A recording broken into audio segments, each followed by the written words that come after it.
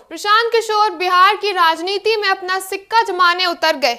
उनके लिए ये एक बड़ी चुनौती होगी कि वो बिहार जैसे राज्य में जहां हर समुदाय के वोटों की पॉलिटिक्स होती है, अपनी जगह कैसे बना पाएंगे। बात करेंगे बिहार की, जहां चाणक्य और चंद्रगुप्त की भूमि, भगवान बुद्ध और महावीर की कर्म भूमि है, जहां सम्राट अशोक का शासन था। आज यहाँ के लोग नहीं बल्कि जाति राजनीति करती है। समाज पूरी तरह से जातों में विभाजित है और हर कोई जात के पास आने नेता और वोटों की ठेकेदारी करता है। नीतीश कुमार और उपेंद्र कुशवाहा कुर्मी और कोयरी समुदाय के नेता हैं, जबकि चिराग पासवान और पशुपति कुमार पारस दलितों का प्रतिनिधित्व करते हैं। जीतन राम मांझी महादलितों में प्रभावी है और मुकेश सहनी निषाद समुदाय के सबसे बड़े नेता है। मुसलमान और यादव एकजुट होकर आरजेडी के साथ है। इन सब के बीच बीजेपी और कांग्रेस जैसे राष्ट्रीय पार्टीज भी मौजूद है, लेकिन वो बिहार की राजनीति में सीमित प्रभाव रखती है। पूरी राजनीति आरजेडी बीजेपी के इर्द गिर्द घूमती है और नीतीश कुमार इसका लाभ उठाते हैं। बीजेपी के विरोधी दल आरजेडी के साथ है, जबकि आरजेडी के विरोधी दल बीजेपी के साथ खड़े होते। ऐसे में प्रशांत किशोर के लिए बिहार की राजनीति में पैठ बनाना आसान नहीं होगा। फिर भी वे आत्मविश्वास से भरे हैं और अपनी पार्टी की सफलता को लेकर आश्वस्त हैं। प्रशांत किशोर की सफलता इस बात पर निर्भर करेगी कि वे किस हद तक जातों के कुछ समूहों को अपनी ओर आकर्षित कर पाते हैं। फिलहाल ये चुनौती काफी कठिन लगती है। क्या कोई यादव आरजेडी को छोड़कर जनसुराज को वोट देगा? क्या कोई कुर्मी नीतीश कुमार को छोड़कर जनसुराज का समर्थन करेगा? क्या कोई दलित चिराग पासवान को छोड़कर प्रशांत किशोर का समर्थन करेगा? ये सब बातें सुनने में आसान लगती है, लेकिन वास्तव में ये कठिन है। कुछ प्रगतिशील लोग जो विभिन्न जातों से आते हैं प्रशांत किशोर की बातों से प्रभावित हो सकते हैं, लेकिन समाज के बड़े हिस्से में ऐसा होना मुश्किल लगता है।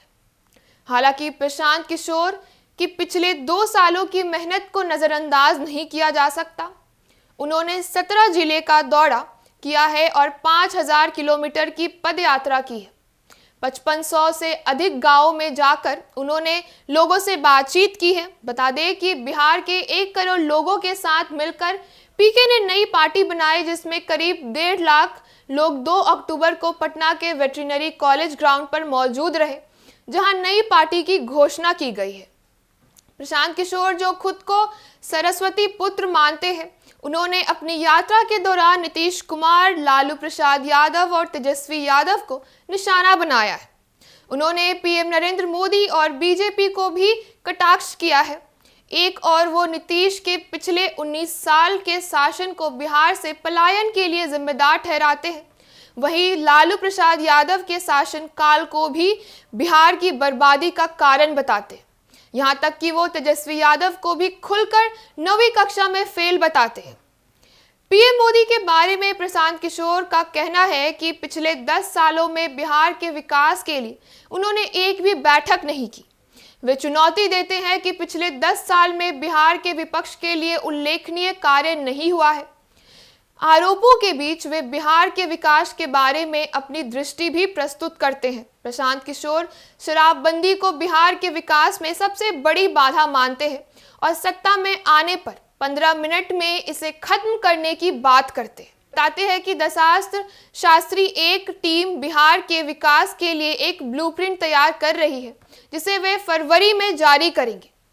प्रशांत किशोर अपने वादों और दावों के लिए केजरीवाल के समक्ष देखे जाते हैं और राजनीतिक विश्लेषक से उनकी तुलना दिल्ली के पूर्व मुख्यमंत्री से करी जाती है। प्रशांत किशोर की केजरीवाल से तुलना जनसुराज के लिए हानिकारक लगती है, क्योंकि बिहार और यूपी की जनता में केजरीवाल की छवि सस्ती बिजली और पानी देने वाले नेता की रही है। दिल्ली में रह रहे बिहारी ये नहीं भूल पाते कि कैसे कोरोना काल में उन्हें सड़कों पर छोड़ दिया गया था। इसके अलावा आम आदमी पार्टी के कुछ नेता कभी कभी दिल्ली के समस्याओं के लिए बिहारी और यूपी के लोगों को जिम्मेदार ठहरा देते हैं।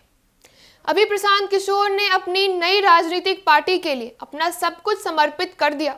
पहले वे अन्य राजनीतिक दलों के जीतने का ठेका लेते थे, अब उन्हें खुद के पार्टी की जिताने के लिए अपनी पूरी प्रतिभा दिखानी होगी। पहले दूसरे दल उनसे चुनावी सलाह लेते थे, अब वे अपनी ही चुनावी रणनीति का उपयोग करेंगे। बिहार में एक कहावत बहुत प्रचलित है, दूसरों को ज्ञान देना बहुत आसान है। अब वे देखना यह है कि क्या प्रशांत किशोर उस ज्ञान का खुद पर लागू कर पाते हुए सफलता प्राप्त कर पाते हैं या नहीं। धन्यवाद। आगे की खबरों के लिए जुड़े रहिए हमारे साथ और देखते रहिए एक न्यूज़ 24।